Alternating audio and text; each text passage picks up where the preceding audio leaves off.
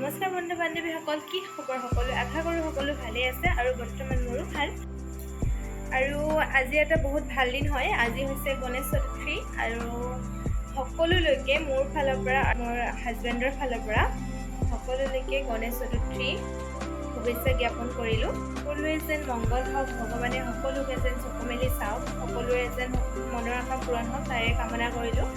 আৰু আজি গণেশ চতুৰ্থী বিশেষ আয়োজন কৰা নাই, আৰু কিবা এটা হ'লেতো আমাৰ পূজা কৰাটো হয়েই, আৰু পূজা কৰিব লাগে সকলোৱে, মানে অকল এজন ভগৱানকে বুলি নহয়, বাবাক পূজা কৰোঁ, সকলোৱে মহাদেৱক সকলোৱে পূজা কৰোঁ ন, মানে সেইকাৰণে মহাদেৱক আমাৰ সকলোৱে প্ৰিয়, সকলোৱে অকল মহাদেৱক পূজা কৰোঁ। কিন্তু মই জনাত সকলোকে পূজা কৰিব লাগে। আৰু মই যিয়েই নহওক, যি পূজাই নহওক, এতিয়া মই অকলে আছোঁ যদিও মানে ইয়াত সকলোৱে পাতিবলৈ চেষ্টা কৰোঁ, সৰুকৈ হ'লেও অকণমানকৈ হ'লেও পূজা কৰোঁ।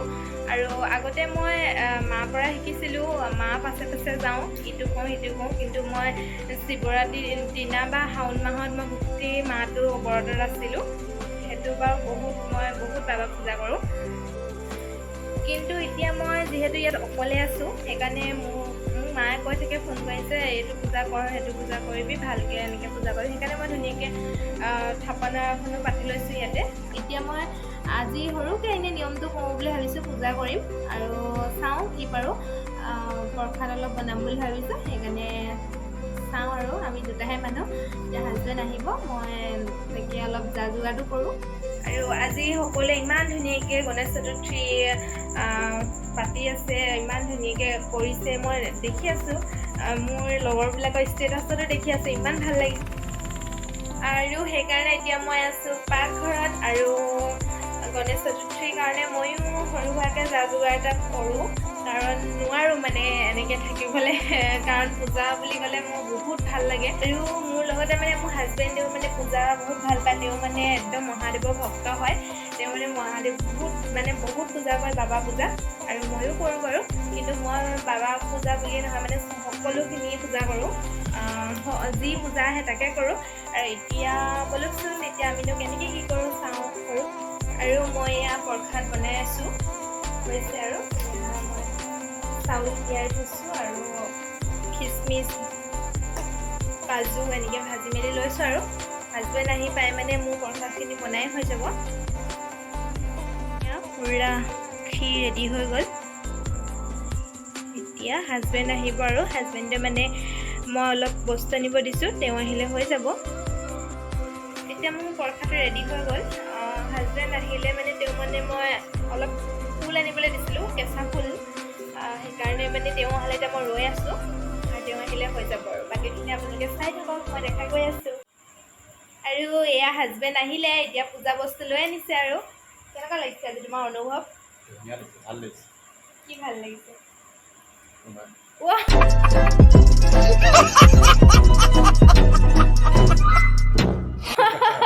মোক নহয়, তোমাৰ আজি গণেশ চতুৰ্থী কেনেকুৱা অনুভৱটো হৈছে বাৰু? অনুভৱটো কেনেকুৱা ভালেই লাগিব। ভালেই লাগিব। তুমি যেন ভগৱানে তোমাক মংগল কৰক, ভালে কুশলে থাকক সদায়, আশীৰ্বাদ কৰিব, আৰু আপোনালোকেও থাকক। আৰু এয়া আমাৰ পূজা প্ৰসাদ ৰেডি। এয়া খীৰ বনালোঁ, আৰু মই ঘৰৰ পৰা জহা চাউল আনিছিলোঁ, জহা চাউলৰ খীৰ হয় এয়া, বহুত ভাল লাগে খাই, আৰু আমাৰ হাজবেণ্ডেও বহুত ভাল পায় আজিকালি, একদম খীৰ খাই, আগতে নাখায়, আজিকালি টেষ্ট পাই গৈছে খাই ন। তাৰপৰা আৰু এয়া এতিয়া লৈ আনিছে মেইন বস্তু, বুন্দিয়া লাডু, আৰু মই যে কৈছিলোঁ ফুলখিনি, এয়া কেঁচা ফুল কিনি আনিছে। এতিয়া আৰু পূজা কৰাহে কথা, এতিয়া দেৰি নকৰি ব'লক। কি কৰিছা তুমি? মই এয়া পূজাৰ প্ৰস্তুতি চলাই আছোঁ, ফুলখিনি ইমান ধুনীয়া ধুনীয়া আনিছে। কৰিলে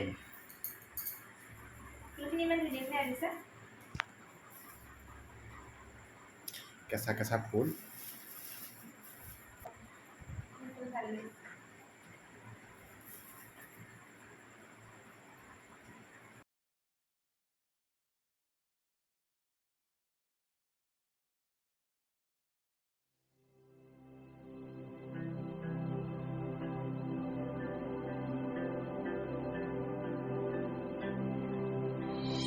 हे गजानन तू आदिश्वर तू परमेश्वर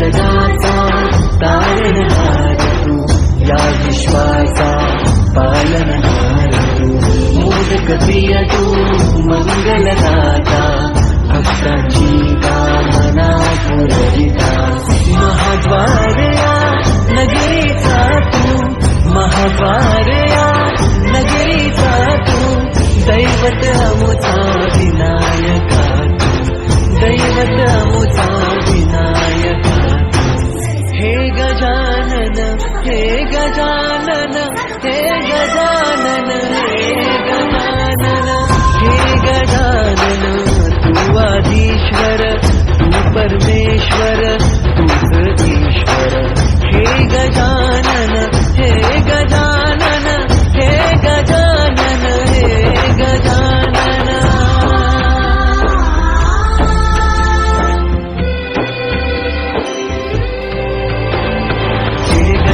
विनायका हे गजानन विनायका हे गजानन विनायका हे गजानन हे सुख करता तू दुख हरता बाप्पा विनायका हे गजवंदन पार्वती नंदन बाप्पा विनायका सर्वजनार्थे प्रिय दैवत बाप्पा विनायका महाद्वारया नगरीचा আমি প্ৰসাদ খাই লওঁ কি কৰিছে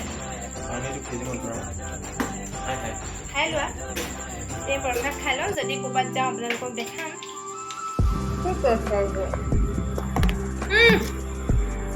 বা ইমান মৰম নে খুৱাইও দিয়ে বাপৰে এনে যা কমেণ্ট আহিছে বুলি কৈছে আৰু বেয়াকে কমেণ্ট আহিব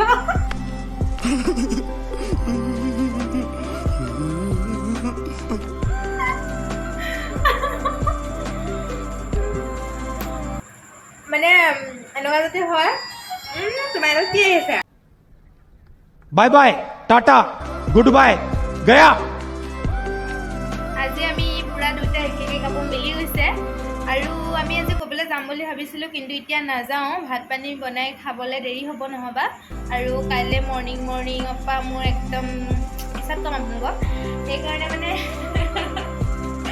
পিছত কম আৰু ন সেইটো কথা সেইকাৰণে আজি নাযাওঁ আৰু ভিডিঅ'টো ইমানতে সামৰণি মাৰিছোঁ আৰু আজি আমাৰ দুটা ফালৰ পৰা আপোনালোকলৈ গণেশ চতুৰ্থী বহুত শুভেচ্ছা থাকিল সকলোলৈকে হয় নাই অঁ বোলে সেইকাৰণে আপোনালোকে আৰু ভিডিঅ'টো ইমানতে সমাপ্ত কৰোঁ বুলি ভাবিছোঁ আৰু ভিডিঅ'টো চাই কেনেকুৱা পালে জনাব আৰু এনেই আৰু সৰুকৈ নিয়ম এটা কৰি থ'লোঁ